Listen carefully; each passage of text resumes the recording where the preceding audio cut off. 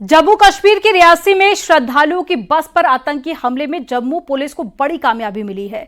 Police ने पहली गिरफ्तारी की है। पुलिस ने एक शख्स को गिरफ्तार किया है जिस पर आरोप है कि उसने आतंकियों की मदद की थी और वो भी महज 6,000 रुपए के लिए। जानकारी के मुताबिक आतंकियों की मदद के आरोप में जिस शख्स को जम्मू पुलिस ने पकड़ा है उसका नाम हाकम दीन बताया जा रहा है।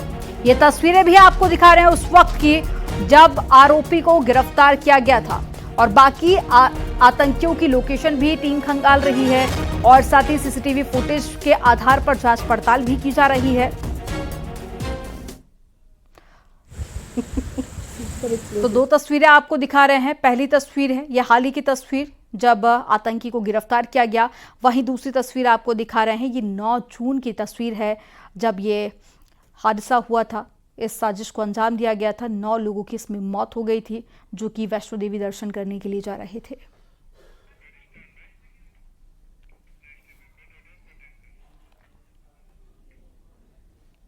हाकम दीन पर आरोप है कि उसने सिर्फ आतंकियों को अपने घर में पनाह ही नहीं दी बल्कि आतंकियों को घने जंगलों के बीच से हमले वाली जगह तक भी पहुंचाया ताकि आतंकियों को वो सीसीटीवी कैमरों की मदद से बचा सके और ये सब उसने महज 6,000 रुपए के लिए किया। इस पर न्यूज़ 18 इंडिया की टीम ने हाकम दीन से तीखे सवाल भी किए हैं।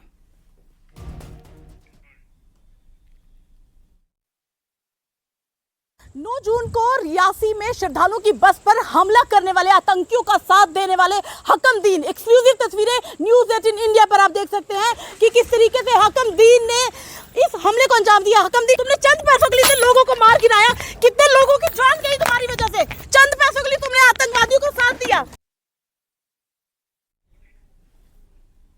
अब आपको बताते हैं कि हाकम दीन ने किस तरह से रियासी हमले के लिए आतंकियों की मदद की थी।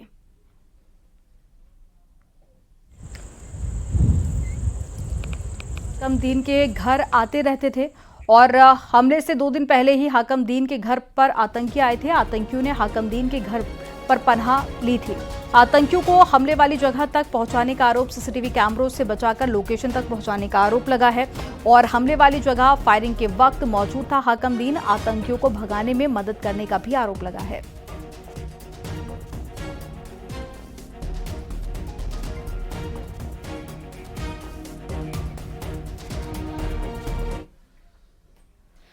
रियासी हमले में एसएसपी मोहिता शर्मा ने जानकारी दी है कि महज 6,000 रुपए के लिए हाकम दीन आतंकियों की साजिश में शामिल हो गया। उसे इलाके का चप्पा चप्पा पता था, इसलिए वो आतंकियों को घने जंगलों के बीच से लेकर चला गया ताकि इलाके में लगे सीसीटीवी कैमरों से बचाया जा सके। इतना ही नहीं, उसने न सिर्फ आतंकियों को हमले वाली जगह तक पहुंचाया बल्कि आतंकियों को हमले के बाद में भागने में भी मदद की।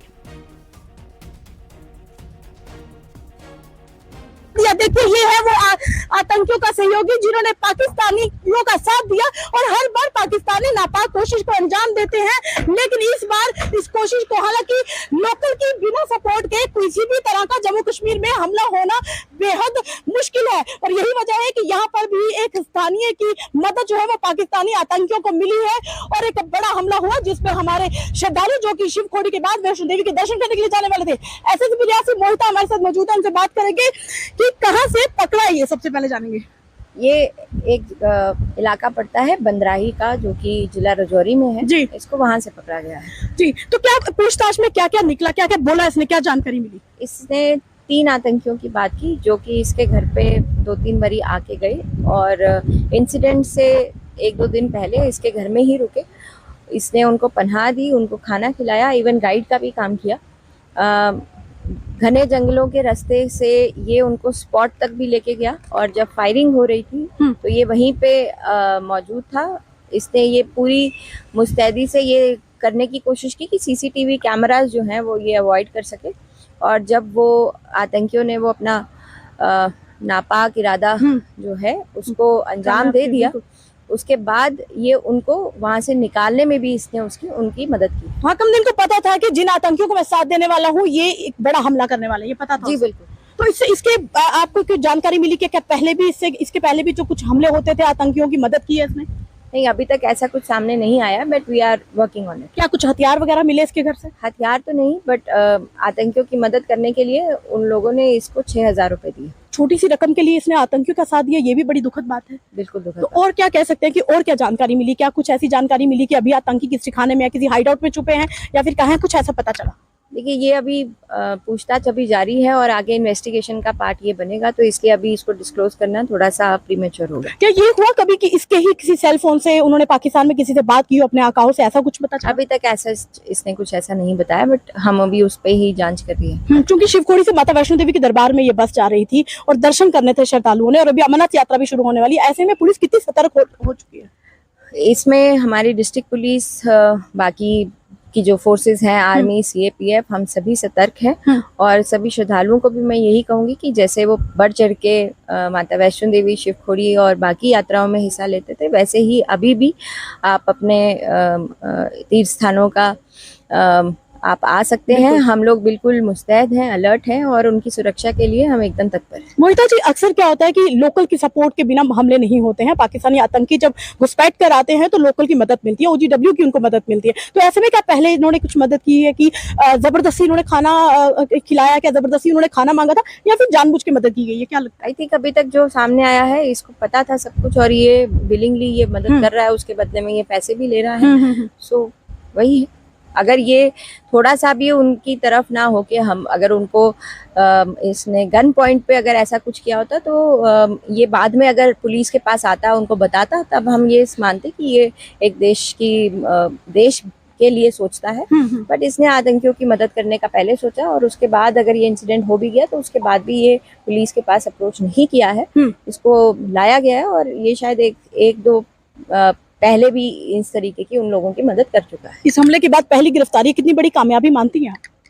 मैं इसको पहली कामयाबी मानूंगी। बड़ी कामयाबी उसी दिन मानूंगी जिस दिन उनको मार गिराया जाएगा या उनको जिंदा पकड़ लिया जाएगा। बिल्कुल, या जिंदा पकड़ने की अब है कोशिश और मार गिराया जाएगा तब होगी पूरी की पूरी इनको खुशी, तसल्ली होगी जम्मू कश्मीर पुलिस को। हालांकि जम्मू कश्मीर पुलिस को एक बड़ी कामयाबी मिली है, रियासी पुलिस को बड़ी कामयाबी मिली है कि आतंकियों की मदद करने वाले सहयोगी को, उस सहयोगी को जो कि जिसने खाना खिलाया आतंकियों को और पूरा साथ दिया, हमले वाली जगह तक पहुंचाया, उसके बाद हमला करने के बाद वापिस उस ठिकाने से भागने में भी, वहां से ले जाने में भी हकमदीन ने उसकी मदद की। अब तक की सबसे बड़ी कामयाबी रियासी आतंकी बस हमले की। वीडियो जर्नलिस्ट राजीव के साथ कोमल सिंह, न्यूज़ 18 इंडिया, जम्मू। और केंद्रीय जांच एजेंसी ईडी की बड़ी कार्रवाई सामने आई है। मनी लॉन्ड्रिंग एक्ट के तहत में मामले में कार्रवाई की गई है। 20,000 करोड़ से जुड़े मामले में एक्शन लिया गया। 35 से ज्यादा लोकेशन पर छापेमारी की गई है। दिल्ली, नोएडा, गुरुग्राम में छापेमारी की गई है। तो एक बड़ी खबर आपको बता रहे हैं, 20,000 करोड़ रुपए से जुड़ा हुआ ये पूरा मामला है, जिसके चलते 35 से ज्यादा लोकेशन पर टीम ने कार्रवाई की है।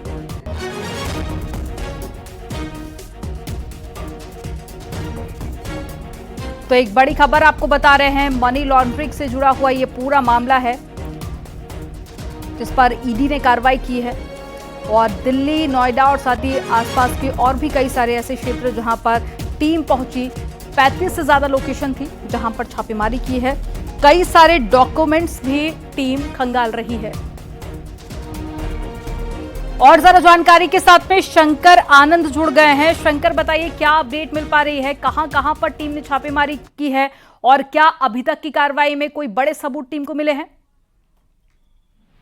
केंद्रीय जांच एजेंसी ईडी यानी प्रवर्तन निदेशालय के द्वारा एक बड़ी कार्रवाई को अंजाम देते हुए एक ऐसे बैंक फ्रॉड के बारे में कार्रवाई को अंजाम दे रही है जिसमें तकरीबन 20,000 करोड़ के बैंक फ्रॉड, बैंक लोन घोटाला और उससे बाद में जो उसका एनसीएलटी से जुड़ा हुआ जो मामला था, इस मामले में आज सर्च ऑपरेशन की कार्रवाई को अंजाम दे रही है। और जांच एजेंसी के हमारे सूत्र बताते हैं कि तकरीबन 3 दर्जन लोकेशन पर सर्च ऑपरेशन की कार्रवाई को अंजाम दिया जा रहा है, जिसमें कि दिल्ली, नोएडा, इसके साथ साथ गुड़गांव, मुंबई, नागपुर, कई अन्य इलाकों में सर्च ऑपरेशन की कार्रवाई को अंजाम दिया जा रहा है। और इस सर्च ऑपरेशन में 2 प्रमुख कंपनियां जो है उसका नाम सामने आ रहा है, जिसका संबंध तौर पर अरविंद धाम और गौतम मल्होत्रा के साथ में जुड़ रहा है। और जिस तरह से इस मामले में ये जानकारी मिली है कि दर्जनों शेल कंपनी बनाई गई और विदेश में काफी विदेशी जो प्रॉपर्टी है वो अर्जित किया गया, यानी कि भारत में फर्जीवाड़े को अंजाम दे करके विदेश में काफी पैसों को अर्जित करने का जो आरोप है, ये इन आरोपियों के धाम और गौतम मल्होत्रा के साथ साथ जो इनकी कंपनी है उस पर ये आरोप लगा है। अमरीक ग्रुप नाम की कंपनी है और मेसर्स अमरीक के साथ साथ जो है उनसे जुड़े हुए कुछ अन्य और कंपनियों का नाम जो है वो सामने आया है। मेसर्स एसिल लिमिटेड उसका नाम भी सामने आया है। लिहाजा इन तमाम मामलों की गंभीरता को देखते हुए समझा जा सकता है कि 20,000 करोड़ से ज्यादा जुड़ा हुआ जो मामला है वो सामने आ रहा है। तो इस मामले में अब जांच एजेंसी के द्वारा बड़ी कार्रवाई को अंजाम देते हुए इन 3 दर्जन लोकेशन पर आज सर्च ऑपरेशन की कार्रवाई को अंजाम दिया जा रहा है। और जिस तरह से इस मामले में जो विदेशी कार्रवाई आज भी जारी रहेगी, कई सारी लोकेशन पर आज भी एक्शन की तैयारी की जा रही है। जानकारी साझा करने के लिए बहुत शुक्रिया शंकर आपका।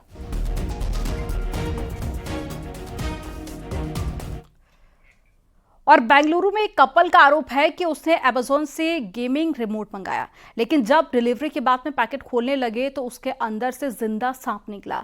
वहीं तमिलनाडु के एक परिवार का भी आरोप है कि ऑनलाइन मंगाए गए चॉकलेट सिरप से मरा हुआ चूहा मिला है। रिपोर्ट आपको दिखाते हैं।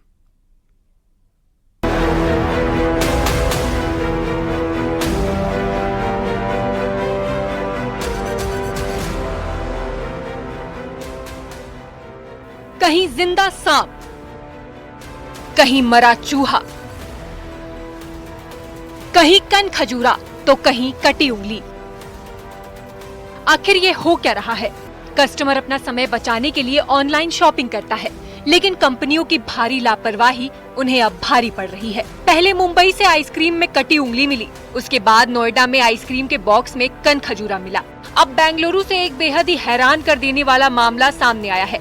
बेंगलुरु के एक परिवार ने आरोप लगाया है कि उसने अमेज़न के डिलीवरी ऐप से सामान मंगाया, लेकिन उसमें से एक जिंदा सांप निकला। परिवार ने एक वीडियो भी सोशल मीडिया पर शेयर किया है, जिसमें सांप हिलता हुआ साफ साफ दिखाई दे रहा है। परिवार के सदस्य का कहना है कि उन्होंने गेमिंग रिमोट का ऑर्डर किया था। साथ ही आरोप लगाया कि जब उन्होंने डिलीवरी के बाद पैकेट को खोला तो उसमें से जिंदा सांप निकला। इसे देखकर तो उनके होश ही उड़ गए। सांप को देखकर तो अच्छों के पसीने छूट जाते हैं। सांप उन्हें डस भी सकता था। वो कंपनी की कार्यशैली पर सवाल खड़े कर रहे हैं। उनका ये भी कहना है कि इस तरह की लापरवाही कस्टमर की जान के साथ खिलवाड़ है। वहीं एक दूसरी खबर तमिलनाडु से आई है, जहां एक परिवार ने हर्षे का चॉकलेट सिरप ऑनलाइन डिलीवरी से मंगाया। परिवार का आरोप है कि जैसे ही उन्होंने सिरप का बोतल खोला तो उसके अंदर से मरा हुआ चूहा निकला। जेप्टो से ये ऑर्डर किया गया था। परिवार की महिला का दावा है कि उन्होंने बोतल के बंद ढक्कन को खोला, सिरप को एक कप में डाला, लेकिन उसके बाद जो हुआ वो उन्हें झटका देने वाला था। महिला का आरोप है कि कप में मरा हुआ चूहा मिला। बाद में पुख्ता करने के लिए उसे पानी से धोया गया, जिसके बाद पूरी तस्वीर साफ हो गई। वहीं मामला सामने आने के बाद कंपनी ने जांच की बात कही है। हाल ही में एक फ्लाइट में खाने में ब्लेड भी मिलने का दावा किया गया था। Bureau report, news 18।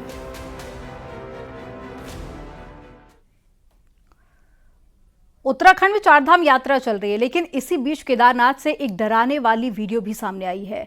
यहां हादसा टल गया। रिपोर्ट आपको दिखाते हैं।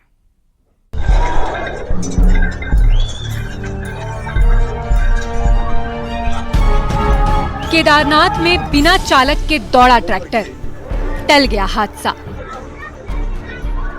केदारनाथ से ये दहशत भर देने वाला वीडियो सामने आया है, जहां एक ट्रैक्टर बिना चालक के ही अचानक दौड़ पड़ा। सामने का मंजर देखकर वहां पर मौजूद लोग सन्न रह गए। ट्रैक्टर दौड़े जा रहा था, तभी वो कुछ दूरी पर जाकर एक टेंट पर जा रुका और पलट गया। वहीं दूसरे कई टेंट बने हुए थे, जिनमें कई लोग भी मौजूद थे, लेकिन गनीमत रही कि कोई जनहानि नहीं हुई। सभी ने भागकर अपनी जान बचाई। ट्रैक्टर के पलटने के बाद लोग भागे भागे उसके पास पहुंचे।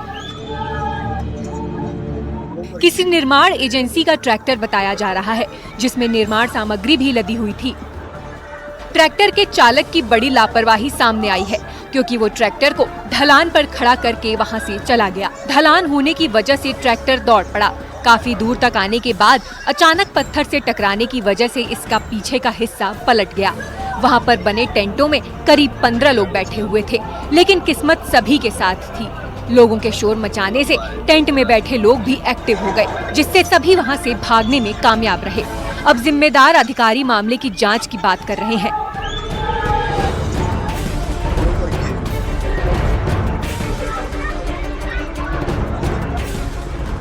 फिलहाल ट्रैक्टर के ड्राइवर को सस्पेंड किया गया है।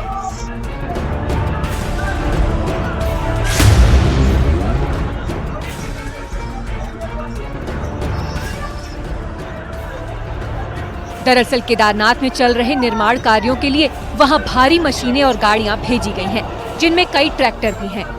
Bureau report, news 18।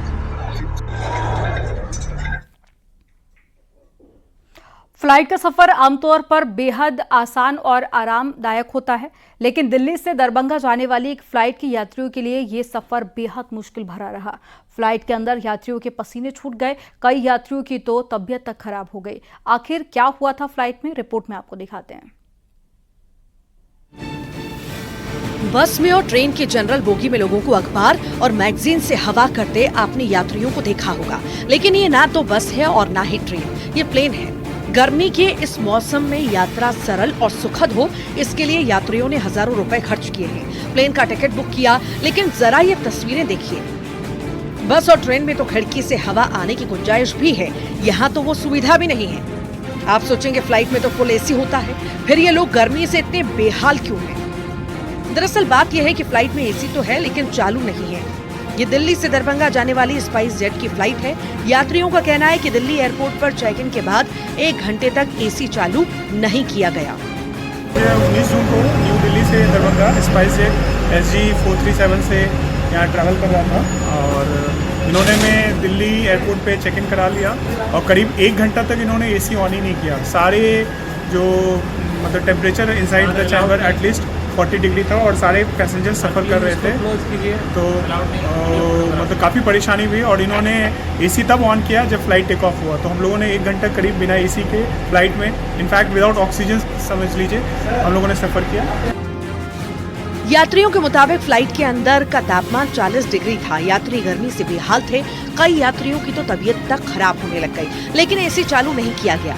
यात्री भीषण गर्मी में 1 घंटे से अधिक समय तक परेशान होते रहे। जब फ्लाइट ने उड़ान भरी तब जाकर के एसी चालू किया गया। Bureau report, news 18।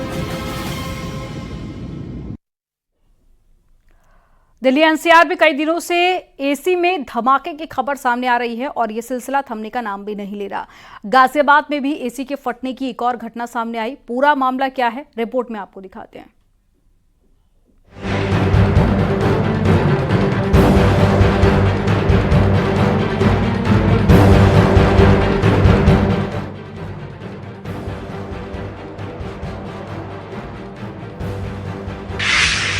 सोसाइटी की इमारत को आग ने अपनी आगोश में लिया हुआ है। आग की लपटें दूर से ही देखी जा सकती हैं। रात के समय में सोसाइटी में रहने वाले लोग खौफजदा हैं। सभी अपने अपने घरों से नीचे उतर आए क्योंकि सोसाइटी के एक फ्लैट में एसी में ब्लास्ट हो गया। नोएडा, ग्रेटर नोएडा, गाजियाबाद जगह अलग अलग हैं, लेकिन हर जगह एक ही घटना बार बार हो रही है और वो है एसी में ब्लास्ट। ये नई घटना गाजियाबाद के वसुंधरा से आई है, जहां सेक्टर 13 की मर्लिन सोसाइटी की बिल्डिंग में अचानक एसी में धमाका हो गया। इसके बाद तो फ्लैट में रहने वालों की जान पर बनाई। फायर ब्रिगेड को सूचना दी गई। पूरी सोसाइटी को आग के बारे में पता चल चुका था। बिल्डिंग से निकलती आग की लपटों को देखकर अफरा तफरी का माहौल हो गया। आग अपना दायरा बढ़ाती जा रही थी। सूचना मिलने के बाद फायर ब्रिगेड की टीम भी मौके पर पहुंची। दमकल की 6 गाड़ियों ने मोर्चा संभाला और बड़ी मशक्कत के बाद आग पर काबू पाया गया। लेकिन जब तक आग नहीं बुझी तब तक सोसाइटी वाले खौफ में ही रहे। कहा जा रहा है कि आग ने फ्लैट के अंदर के सामान को भी अपनी चपेट में ले लिया था। काफी सामान जलकर नष्ट हो गया। मर्लिन सोसाइटी के फ्लैट नंबर 607 में एसी फटने की एक घटना सामने आई। गनीमत रही कि हादसे में कोई जनहानि नहीं हुई। इस बार गर्मी ने सारे रिकॉर्ड ध्वस्त कर दिए हैं। पिछले 1.5 महीने से आसमान से आग बरस रही है। सूरज झुलसाने पर उतारू है। गर्मी जानलेवा साबित हो रही है। शहर के शहर भट्टी की तरह तप रहे हैं। गर्मी का ऐसा उबाल है कि बिजली की डिमांड में भी इजाफा हो गया। ज्यादा बिजली की खपत होने से इसके साइड इफेक्ट्स भी सामने आ रहे हैं। आपने गौर किया होगा कि पिछले साल तक न तो ऐसी जलाने वाली गर्मी पड़ती थी और कुछ एक घटनाओं को छोड़ दिया जाए तो न ही एसी ब्लास्ट की खबरें सुनने को मिलती थी। लेकिन इस बार तो एक सिलसिला चल पड़ा है। सबके मन में यही सवाल है कि आखिर बार बार एसी क्यों फट रहे हैं। दिल्ली एनसीआर में गर्मी इतनी पड़ रही है कि कूलर और पंखे हाफने लगे हैं, जिससे ज्यादातर घरों में एसी का इस्तेमाल करना पड़ रहा है। लेकिन एसी फटने जैसी घटनाओं से बचने के लिए सावधानी बरतने की जरूरत है। एसी के एग्जॉस्ट में ब्लॉकेज भी हो सकता है। सही समय पर मेंटेनेंस ना होना, खराब क्वालिटी वाले केबल और प्लग का इस्तेमाल करना, वोल्टेज में उतार चढ़ाव होना, एसी में गलत गैस का इस्तेमाल होना, एसी के अंदर कंडेंसर पर गंदगी जमा होने के चलते समस्या पैदा होती है। एसी में धमाके की घटनाएं परेशान करने वाली हैं, लेकिन सावधानी बरतते हुए इन हादसों को टाला जा सकता है। Bureau report, news 18।